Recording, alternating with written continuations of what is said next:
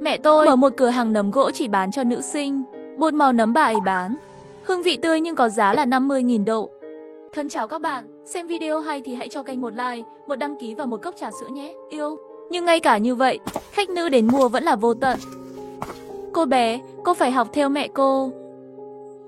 Nấm mộc trẻ mãi này chắc chắn sẽ cho bạn một làn sóng giàu có. Cửa hàng nấm của mẹ tôi mở ở trung tâm thành phố. Cửa hàng không đa dạng đơn, chỉ bán nấm gỗ. Tiền thuê nhà là 60.000 một tháng. Mặc dù đây là lần đầu tiên mở cửa nhưng mẹ tôi trang trí rất đẹp. Cửa và phông chữ đều là phong cách cô gái. Ngay cả logo của nấm cũng là màu hồng. Mở cửa 2 tháng, kinh doanh không đủ kiếm sống. Trên mặt tôi đang giận dữ. Tôi là một con chim non, mẹ như một con sói già. Xem bên cạnh lại được cập nhật rồi. Xem xong có thể sẽ mở cửa.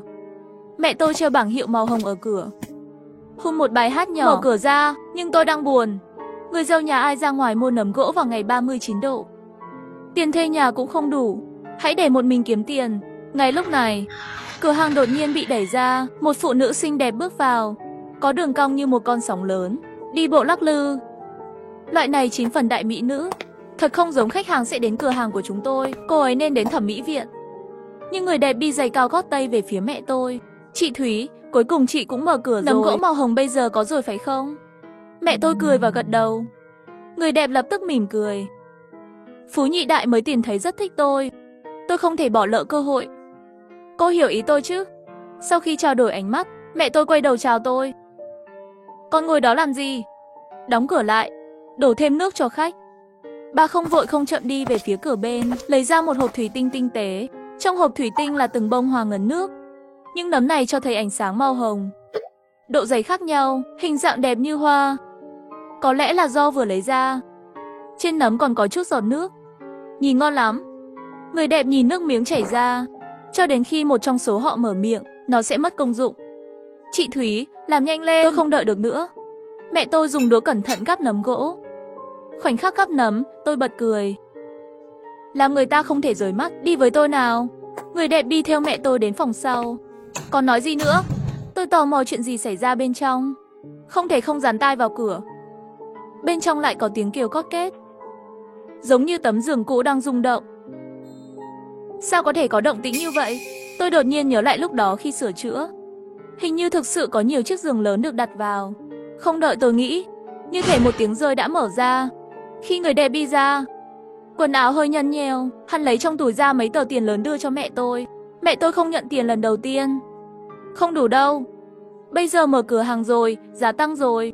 Người đẹp gật đầu. Dường như không có gì bất mãn. Được rồi, tôi sẽ gửi tiền mặt sau. Tôi thấy chân cô ta vẫn còn run. Cũng không biết rốt cuộc vừa xảy ra chuyện gì.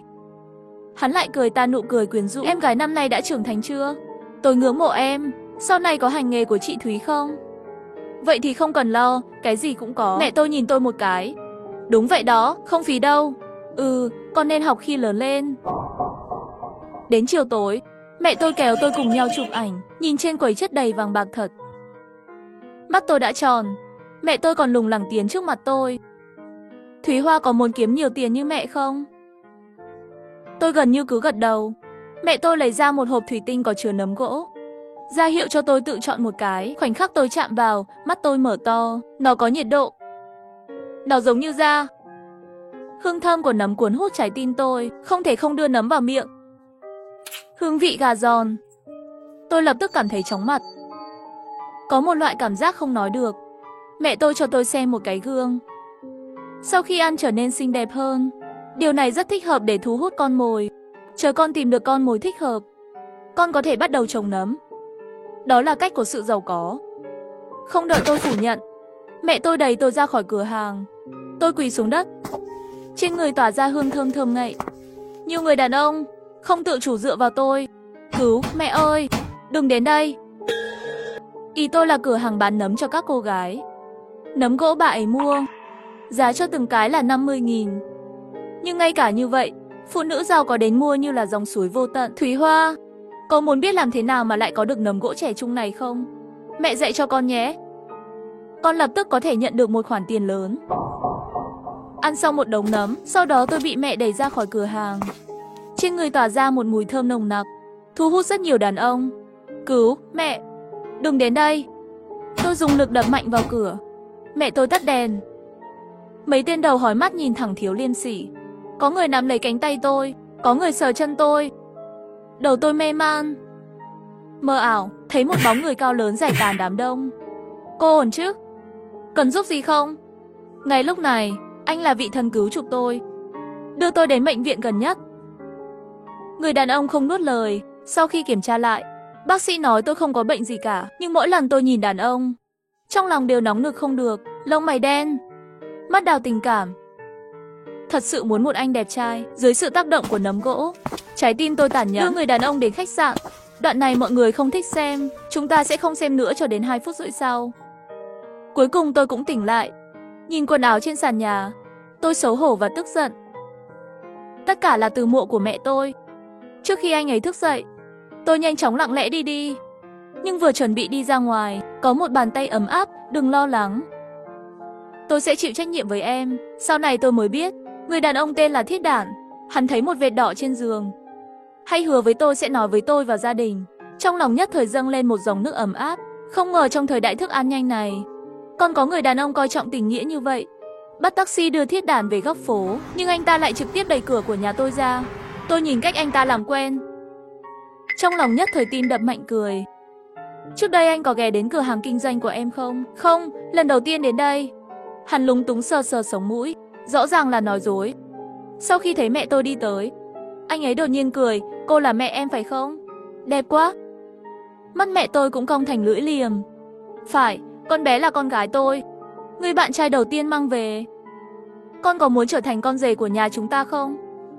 Thiết Đản vội vàng đồng ý với tôi. Tất nhiên rồi mẹ. Giọng anh ấy mang theo sự phấn khích. Rõ ràng là không bình thường. Mẹ tôi chỉ có 2 câu đã quyết định hôn sự cho tôi. Hắn cũng không bình thường. Anh về trước đi, em sẽ nói chuyện với mẹ mình. Sau khi Thiết Đản đi rồi, tôi đưa một người đàn ông lạ về nhà khi bắt đầu dùng nấm. Rồi mẹ tôi vào nhà. Mẹ ơi, mẹ đã cho con ăn cái gì vậy? Mẹ có biết tối qua con đã trải qua những gì không? Mẹ tôi rất bình tĩnh, lạnh lùng nhìn tôi. Không phải con nói muốn kiếm tiền sao? Người đàn ông chất lượng cần gốc gỗ chất lượng cao để sản xuất nấm gỗ chất lượng cao có giá trị. Tôi đứng đó rất lâu mới kịp phản ứng. Gốc gỗ mà mẹ tôi nói là Thiết Đản. Tôi gần như có thể tưởng tượng một người trên người mọc đầy nấm gỗ. Thật là điên rồ. Mẹ, anh ấy là người thật, và anh ấy đã giúp con. Mẹ tôi thở dài. Tin mẹ đi, cậu ấy là gốc gỗ tốt nhất con tìm thấy. Tôi ra khỏi cửa, không muốn tin vào ma quỷ của mẹ tôi. Chuẩn bị đến quán bar uống chút nước ép lúa mì, lại vô tình đụng phải Thiết Đản. Anh ấy ôm trái ôm phải, trên người đầy mùi phông bạt. Tôi đã canh ngoài cửa hàng 2 tháng rồi, cuối cùng cũng bắt được con gái bà ta. Các bạn đừng xem thường người bán nấm gỗ đó. 1 tháng có thể kiếm được ít hơn 60 triệu. Bên cạnh tiểu đệ vội vàng chúc rượu, đại ca của Nhiên lợi hại. Nhưng em gái đó, nếu biết ngươi còn có Tiểu Nhạc và Tiểu Lâm, không muốn kết hôn thì sao? Thiết Đản lại lạnh lùng cười. Không thể nào. Hôm qua khi tôi nói với cô ta sẽ chịu trách nhiệm với cô ta, cái cách nước mắt của cô ấy rơi, sẽ yêu tôi đến chết. Người lớn không bao giờ lựa chọn. Tôi muốn tất cả. Tiền của cô ấy sẽ chỉ là của tôi. Tôi đột nhiên hiểu tại sao mẹ tôi nói Thiết Đản là tốt nhất. Nấm gỗ cần phải phát triển trên gỗ mục nát, và Thiết Đản là một người thối nát. Sau một thời gian bên nhau, lưng Thiết Đản dần dần mọc vỏ cây. Mẹ tôi cười.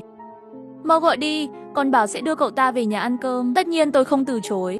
Chỉ lần này thôi. Mẹ tôi mang lên một chậu đầy nấm gỗ. Nhìn Thiết Đản nhét vào miệng. Nấm trên da càng ngày càng nhiều. Thì ra, Thiết Đản đã hoàn toàn trở thành bề mặt nuôi cấy của nấm gỗ. Trên tay hắn, trên chân đều mọc ra màu hồng nấm gỗ. Và tôi cũng sẽ mở ra sự giàu có.